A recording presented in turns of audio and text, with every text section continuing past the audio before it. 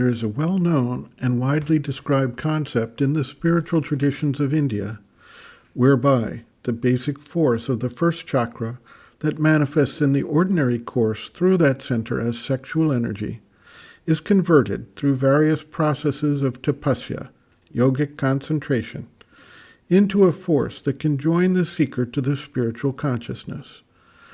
This process, known as converting retas into ojas, is the basis for various actions of Hatha Yoga, Pranayama, and the well-known Kundalini Yoga.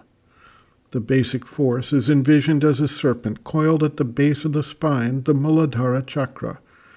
These practices are intended to concentrate the raw energy of the first chakra, and instead of the energy going outwards in sexual activity, it is driven upwards through the subtle nerve channels, energizing the higher chakras and bursting forth at the crown of the head through the 1,000-petal lotus of the Sahasrara chakra, where it liberates the being from bondage to the lower nature and joins with the divine consciousness above.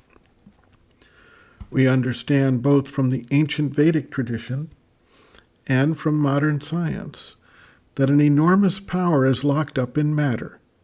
In the Vedas, this power is Agni, the mystic fire, which is released from matter.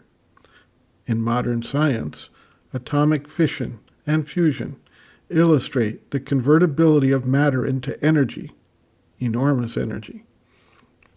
A similar principle is at work in the liberation of the bound energy held in the first chakra so that it can be channeled and succeeds in liberating the being into pure spiritual consciousness.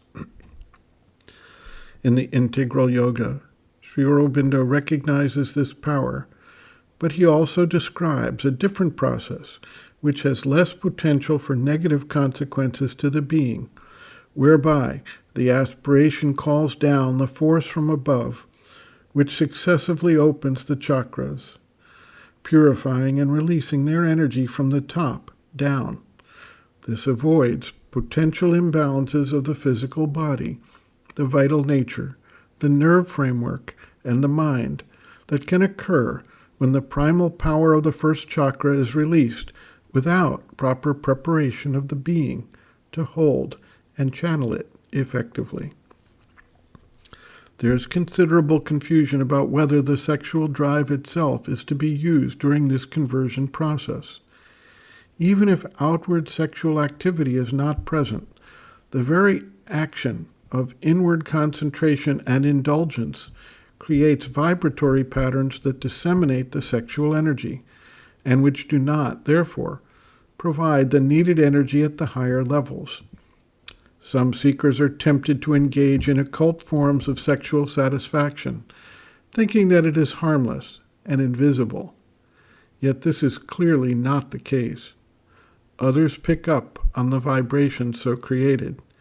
People feel the sexual tension and the pressure in the atmosphere, and it evokes whatever sympathetic vibrations potentially exist in the others nearby.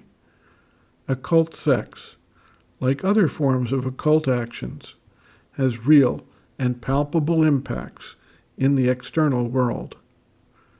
Sri Aurobindo writes, quote, "To master the sex impulse, to become so much master of the sex center that the sexual energy would be drawn upwards, not thrown outwards and wasted.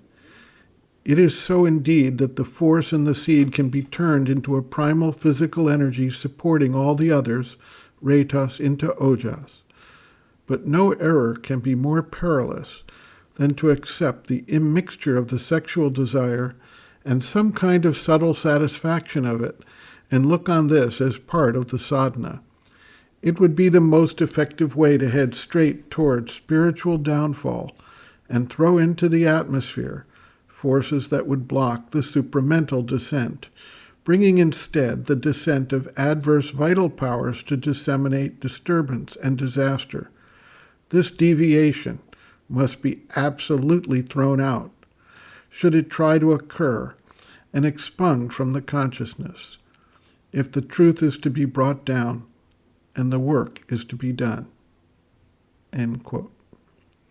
Reference, Sri Aurobindo, Basis of Yoga, Chapter 4, Desire, Food, Sex, page 71.